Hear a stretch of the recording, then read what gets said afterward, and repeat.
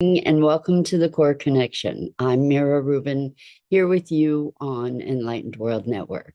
And today's topic is emotion, energy in motion, and how we can manage this energy in a way that promotes our well-being rather than denying those emotions or suppressing them or judging them. We'll talk about how we can process them, move through them, allow them to feed us in our lives. So before we get started, let's take a couple minutes to get present. So let's take a deep breath in through your nose and hold it. And imagine clean, crisp oxygen flooding into your lungs, flowing into your bloodstream, nourishing all your cells, all your organs, bringing vital life energy to your body and being. And as you exhale, exhale any tension, stress, negativity, fatigue. And now let's take another deep breath in through your nose and hold it. This time, imagine brilliant bright light lighting you up from the inside out, illuminating, electrifying, and energizing all your cells, all your molecules, your electrons, creating a brilliant beam of light and energy from your heart out into the world. And as you exhale, exhale any remaining tension, stress, negativity, fatigue. And now let's press our palms together, vigorously rub your hands together to feel the friction, the temperature, the pressure, the motion, the tickling and tingling when you stop, and allow all those sensations to bring you present right here, right now, into this remarkable physical form that enables you to experience life. Welcome, welcome, welcome. Good morning, Rosalind. So good to have you here with us this morning. And welcome to everyone else who's joining us. So we are talking today about emotion. And emotion gets a pretty bad rap in our culture, typically. We have the old paradigm is that if you are emotional, you're weak. Never let them see you sweat. Never let them see you cry. Don't be weak. And it's emotion is often associated with females. Don't be a girl, right? Buck up. Don't be a girl. And that's it's pretty interesting to look at uh, the prejudices we have around emotion. You know, you have to stay cool, calm, and collected. Don't get angry. Don't get angry, or don't show them that you're angry, whoever they are. And the thing is that as a result of that kind of conditioning, so many of us have become very dissociated from our emotions, very unaware, because we have denied them, we have exiled them, we have denigrated them, judged ourselves for having emotion. And it goes on and on. And the thing is that emotion is energy. And we, coming into our more collective awareness, is the notion of emotional intelligence, emotional intelligence. And if we can adopt this perspective around our emotions having an intelligence as well as our bodies, that this is part of us as a greater whole. If we can recognize that when emotions arise, they're they are a communication. They're an opportunity to discover other aspects of what's going on with ourselves. And if we deny them, if we pretend they don't exist, if we suppress them, what happens is that the energy that is the emotion becomes compressed, condensed, concentrated. And the more suppressed it is, the more dense that energy becomes and can often end up in physical manifestation. It's kind of like if you don't pay attention to the message gets stronger and stronger until you do. And so, if we can cultivate a respect for our emotions and allow ourselves to process them, we're going to be a whole lot healthier than if we don't, physically, mentally, emotionally, spiritually. So, how can we do that? How do we process emotion? Well, typically, if we are looking at our emotions, if we are present to them, we often make up stories to justify them. The question is, why am I feeling that way? Right. And with that question, we will find justification. And Rosalind, you're going exactly where I'm going. So Rosalind says emotion, taking away what the mind thinks about it, instead turning the focus on feeling the sensation in the body. Exactly, exactly. And that's what we do in the core connection work. That's part of the process, is to be present to the experience, the physical sensations of that feeling, and to be allowing oneself to experience those sensations. Where is it in the body? What does it feel like? It often feels like a block of some sort, or sometimes it feels like tar-like sludge, for example. I've heard that a lot. And so if we can just be present to that sludge, be present to the sensation, be present to the block, whatever it is, and observe it without judgment, without story, just allow it. And as you allow it, it pretty reliably will change, which is pretty awesome. Also, when we talk about the intelligence of emotion, like the communication that's happening with this emotion, we can look at what what prompted it. Where did it come from? And if we look at what triggered the emotion, there's information for us there too. The temptation might be to justify and to, go into this loop that is like, that person disrespected me and that's unacceptable behavior, and to justify whatever the emotion is. But what the opportunity is to look at why such a passionate or impassioned response. Like, what's going on? Where did that come from? Most likely, most likely, it came from the past.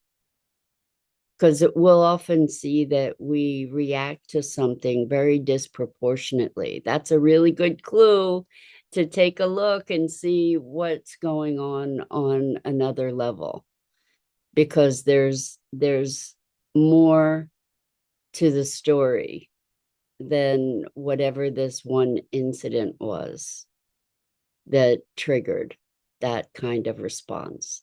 And so this is the intelligence. I say, I work under the premise that if it's coming up, it's coming up to heal.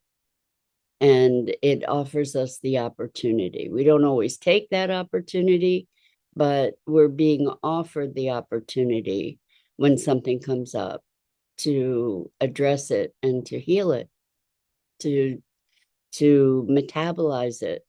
So when we block emotion, when we suppress it, what we're doing is we're not giving ourselves an opportunity to metabolize that energy. And that energy can get stuck. It truly can. I mean, it's interesting.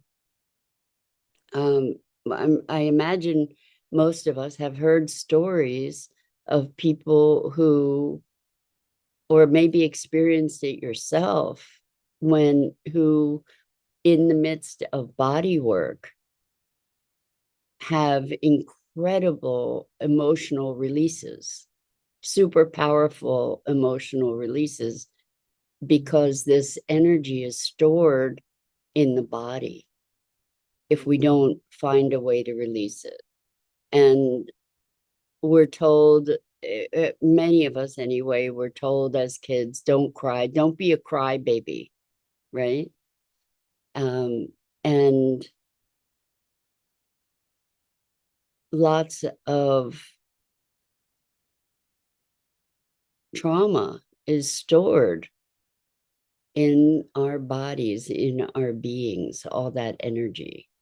And so it really is important to be able to find ways, maybe not in the exact moment, because it's not always possible.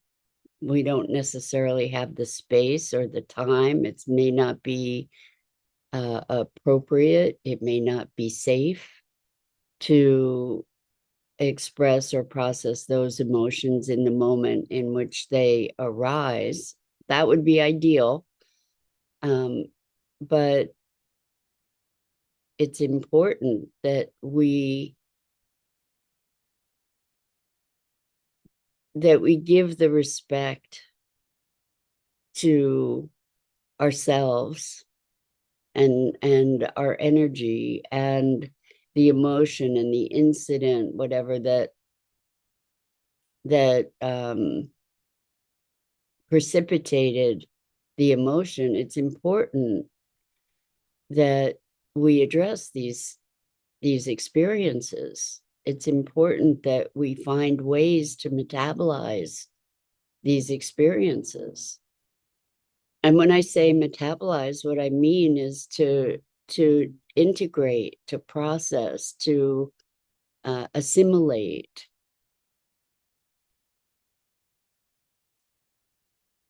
And what happens in that process is that the energetic congestion gets released. So it's interesting because I recognize that I said we don't want to make stories about the emotion to reinforce it and keep it rolling, unless it's a fun emotion, an uplifting emotion, maybe a joyful emotion. Maybe we can perpetuate that a bit. Certainly our tendency, I think, is to focus on the negative emotions, or the more difficult emotions, let's say. Let's not make them negative and positive emotions. They're just different experiences. And some experiences we prefer over others, although you would think that preference, like we would prefer joy over anger or depression or sadness. But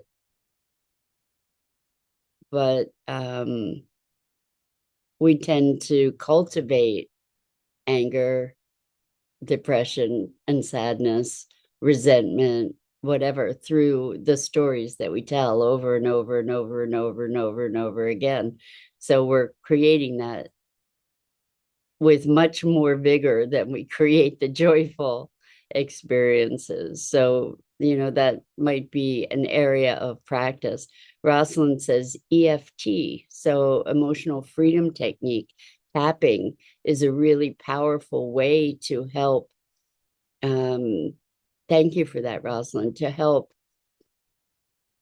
metabolize those emotions. It's a technique where you tap on different meridians, a sequence of meridians to allow the energy to keep flowing more fluidly, let's say. So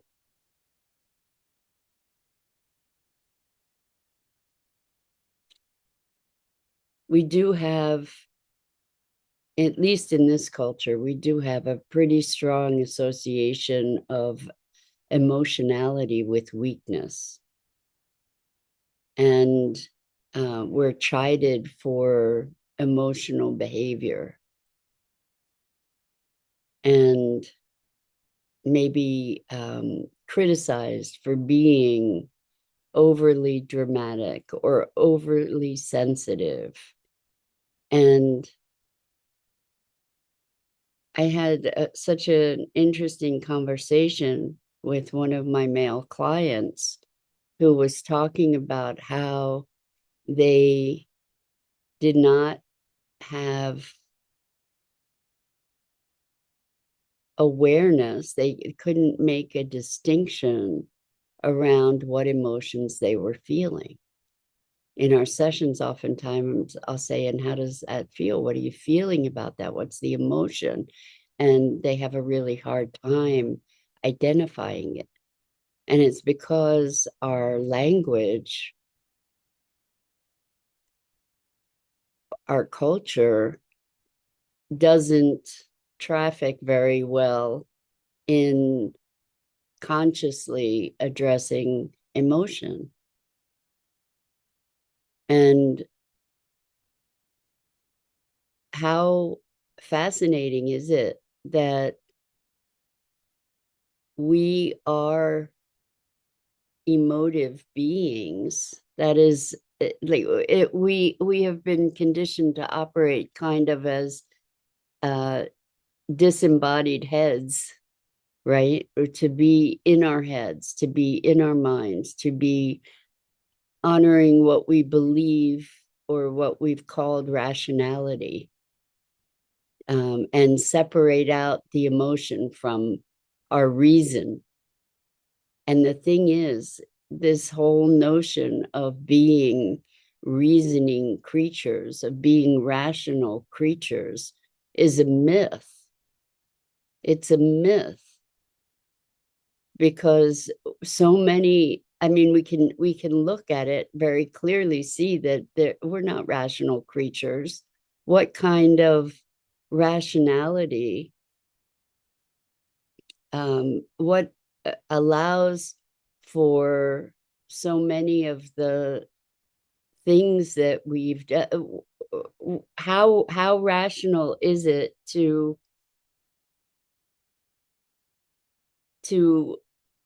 pollute our resources that our lives rely upon, like water and air and soil, for example, in the name of money? What is rational about that, for example?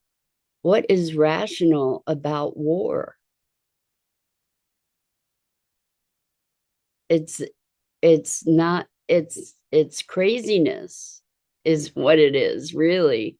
Like what's the story? Why is this an accepted norm? Why is it an accepted norm that we can justify all kinds of bad behavior in the name of business? Where do these reasonings, these rational quote unquote, big air quotes, decisions come from. It's crazy, right?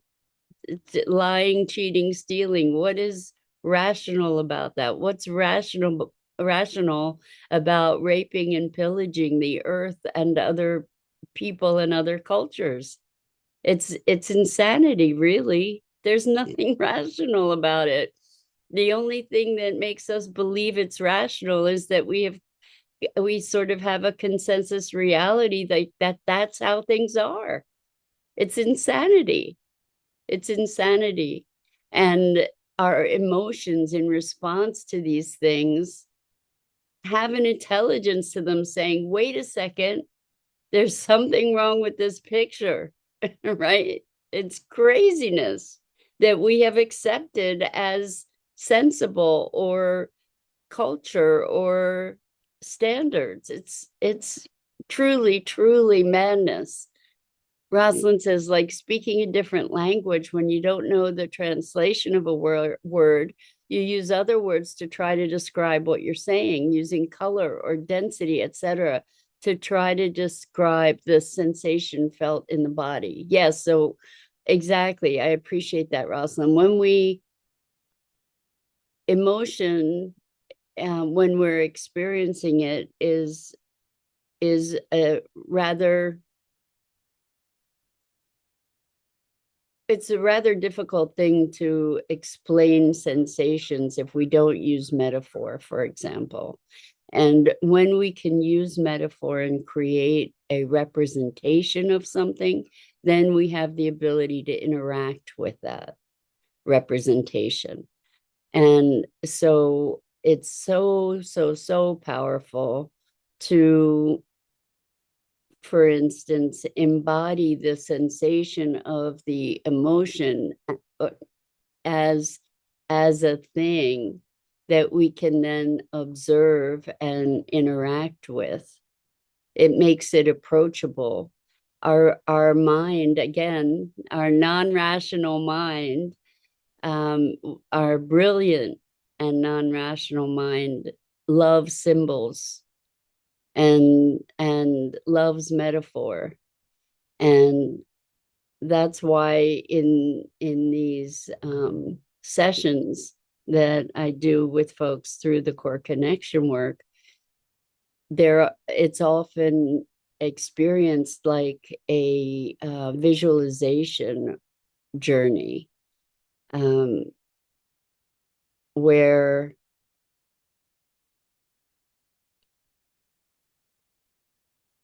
all kinds of symbols show up from there other than conscious that speak to them on all different levels of being. And it's really quite remarkable to notice. Like, so here's the thing with emotion.